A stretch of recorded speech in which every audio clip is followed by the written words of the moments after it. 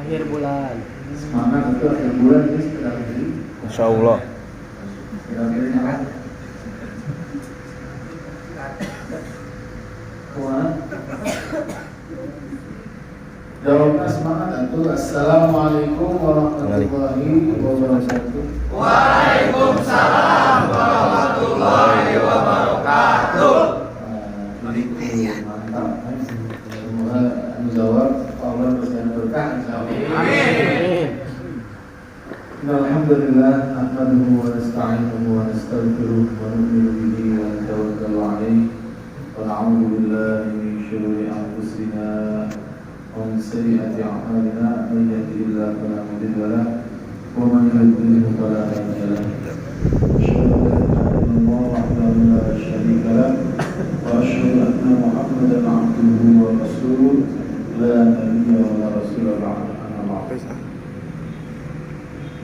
قال الله تعالى والعصر إن الإنسان لفي خسر إلا الذين آمنوا وعملوا الصالحات وتواصوا بالحق وتواصوا بالصبر. Alhamdulillah, bapak-bapak, ibu-ibu, kakak-kakak, teteh-teteh, sadayana menyembah untuk Allah Subhanahu wa taala. Amin. Allah Subhanahu wa taala memberikan kepada kita semua kekuatan dan kesempatan lagi dan lagi. Karena kesempatan seperti ini adalah kesempatan yang paling dicari oleh orang-orang soleh pada zaman dahulu. Para sahabat dulu kerjanya buat majelis seperti ini. Dan para sahabat itu satu sama lain berlomba-lomba supaya bisa membuat majelis seperti ini. Karena majelis ini majelis yang sangat mulia, ya. Majelis yang dipenuhi oleh rahmat Allah Subhanahu wa taala. Majelis yang mana para malaikat ini berbondong-bondong. Malaikat ini bertumpuk-tumpuk sampai ke arasy-Nya Allah Subhanahu wa taala. Begitu besar derajatnya majelis ini. Walaupun ya di hadapan kita majelis ini sepertinya majelis biasa aja, majelis rutinan memang majelis kecil, tidak seperti orang-orang yang berdasi, orang-orang yang pakai sepatu mahal, duduk di atas kursinya. Majelis kita lah sepertinya majelis sepele. Tapi hadirin-hadirat yang dimuliakan oleh Allah Subhanahu wa taala, ini semua hanyalah tipu daya saja, tipu daya syaitan. Yang kita lihat sepertinya majelis orang itu hebat, ya, majelis yang ada orang-orang pentingnya itu adalah majelis yang mulia.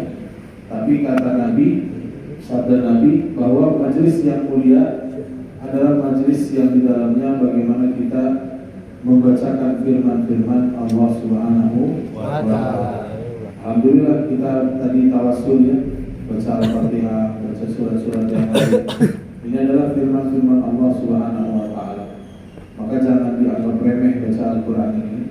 Bacaan Al-Qur'an ini adalah kalam Allah Subhanahu wa taala. Ya, kalam yang paling tinggi di antara kalam-kalam yang ada di dunia. Walaupun Quran ini kita lihat cetakannya gini-gini aja, nggak ada mewahnya. Bukan terbuat dari emas, bukan terbuat dari kertas paling mahal, bukan.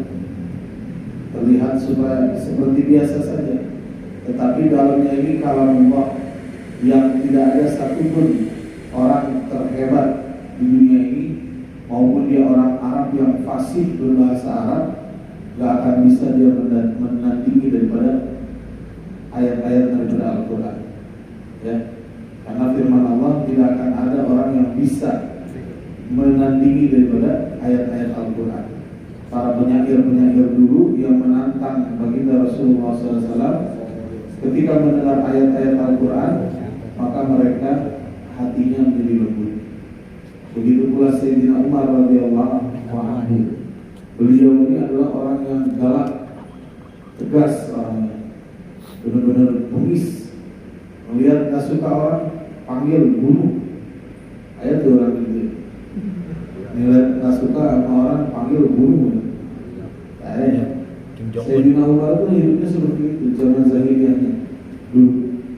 Sebelum beliau memeluk Islam, begitu jahat, begitu ditakutinya beliau. Tapi bagaimana jalan hidayah beliau? Jalan hidayah beliau simpel. Dengan baca surat apa? Ada yang tahu? Surat Toha. Dapat Masya Allah. 100 kuntennya. Cuman beliau baca surat Toha, baru beberapa ayat saja hati beliau langsung berubah. Maka disitulah beliau katakan, saya ingin bertemu dengan baginda Rasulullah Sallallahu Alaihi Wasallam untuk memeluk daripada agama Islam. Yang tadinya beliau itu mau datang kepada Nabi, nauzubillah, mau membunuh Nabi niatnya. Ya, beliau itu utusan orang-orang Quraisy yang datang tadinya mau membunuh Nabi, tapi asbab membaca daripada Al-Quran, ayat-ayat suci Al-Quran, Allah Subhanahu wa Ta'ala rubah. Yang niatnya dia tadinya buruk, maka Allah Subhanahu wa Ta'ala perbaiki niat dia. Yang tadinya dia punya sifat yang buruk, Allah Subhanahu wa Ta'ala perbaiki sifat dia. Kenapa? Karena dia yakin dengan membaca Al-Quran tadi. Hari ini kita introspeksi ya, ngaji sering ngaji. Insya Allah ya seringnya. Ya sekurang-kurangnya sebulan masa kali aja lah di sana ngaji. Setor. Terus 3 bulan ngaji aja. Saudara 2 bulan sekali ngawas aja. Ya, 25 ayat ngawasnya. Tapi selama kita ngaji, pernah nggak kita terkesan dengan apa yang kita baca? Ya, belum pernah. Kenapa? Ya itulah tadi, karena kita tidak sungguh-sungguh bacanya. Karena kita juga tidak meresapi apa yang kita baca. Hanya ukur formalitas orang ngajinya. Sekabacana gitu ngajinya. Coba sekali-kali kita pahami benar-benar ayat-ayat Al-Qur'annya. Seperti mana ayat tadi yang saya bacakan, wala asr, ya, demi masa. Allah Subhanahu wa Ta'ala bersumpah demi masa apa? Innal insana lafi khusr. Dan orang-orang semua manusia yang ada di muka bumi ini dalam keadaan apa? Merugi. Jadi kita ini semua di dunia ini dalam keadaan merugi. Orang kaya rugi, orang miskin komo, ya. Orang kota rugi, orang kampung apalagi, ya. Semua orang, laki-laki merugi, wanita begitu juga. Semua ini kata Allah, firman Allah Subhanahu wa Ta'ala, semua dalam keadaan merugi. Siapa orang-orang yang tidak merugi? Illal ladzina amanu. Jadi innal insana lafi khusr illal ladzina amanu. Jadi kalau dalam bahasa Arab kata-kata illa itu menghapus daripada kata-kata yang sebelumnya. Jadi kalau orang-orang illal ladzina amanu, jadi orang-orang yang beriman. Ini kepengecualian ya. Orang-orang semua di dunia ini merasa orang menjadi rugi, orang-orang merugi. Tapi illal ladzina amanu, orang-orang yang beriman. Wa amilus shalihat, enggak cukup cuma beriman. Ya, kalau kita katakan cuma harus beriman enggak? Ya. Sana tuh beriman di dia. Ayo. Mengiman ya tuh. Ya. Selalu beriman. Ya. Kadang-kadang kita merasa kita sudah beriman, sudah cukup. Betul, memang orang yang beriman ini pasti sama Allah Subhanahu wa Ta'ala akan dimasukkan ke dalam surganya Allah. Hadis Nabi, sekecil-kecilnya iman maka akan dibalas sebesar 10 kali lipat dunia daripada surga. Allah Subhanahu wa Ta'ala pasti akan masukkan setiap orang beriman ke dalam surganya Allah Subhanahu wa Ta'ala. Tapi kapan? Kalau kita nauzubillah sudah menjadi ahli neraka, masuk ke dalam neraka untuk membersihkan daripada dosa-dosa kita nggak tahu kapan keluarnya kita dari neraka. Ya, nauzubillah, jangan sampai kita semua ini termasuk golongan orang-orang yang merugi yang masuk ke dalam neraka Allah Subhanahu wa Ta'ala. Semoga Allah Subhanahu wa Ta'ala selamatkan kita semua. Amin ya rabbal alamin. Maka bagaimana supaya kita selamat ya? Jangan sampai kita ini termasuk orang-orang yang merugi. Tadi syaratnya pertama beriman. Yang kedua apa? Illal ladzina amanu wa amilus sholihat, dan beramal soleh. Jadi nggak cukup cuma beriman saja. Kalau kita cuma mengatakan bima atau syahadat, bima muslim, bima Islam, tapi nggak pernah mengerjakan amal soleh, ya. Kalau nggak pernah mengerjakan amal soleh, sama saja imannya ini masih iman main-main, ya. Imannya masih dipertanyakan, masih diragukan imannya. Maka penting ilal ladzina amanu wa amilus sholihat. Nah, setelah beramal soleh, bukan cukup saja bima atau sholat 5 waktu terjaga, ya.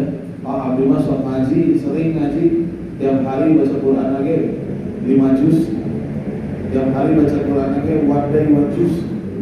Odoj ayat.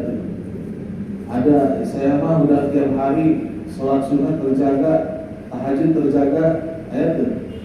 Sana tahajud gitu. Allah. Saya nanya niat insyaallah. Insyaallah. Iya, niat heula we, yang penting mah niatnya.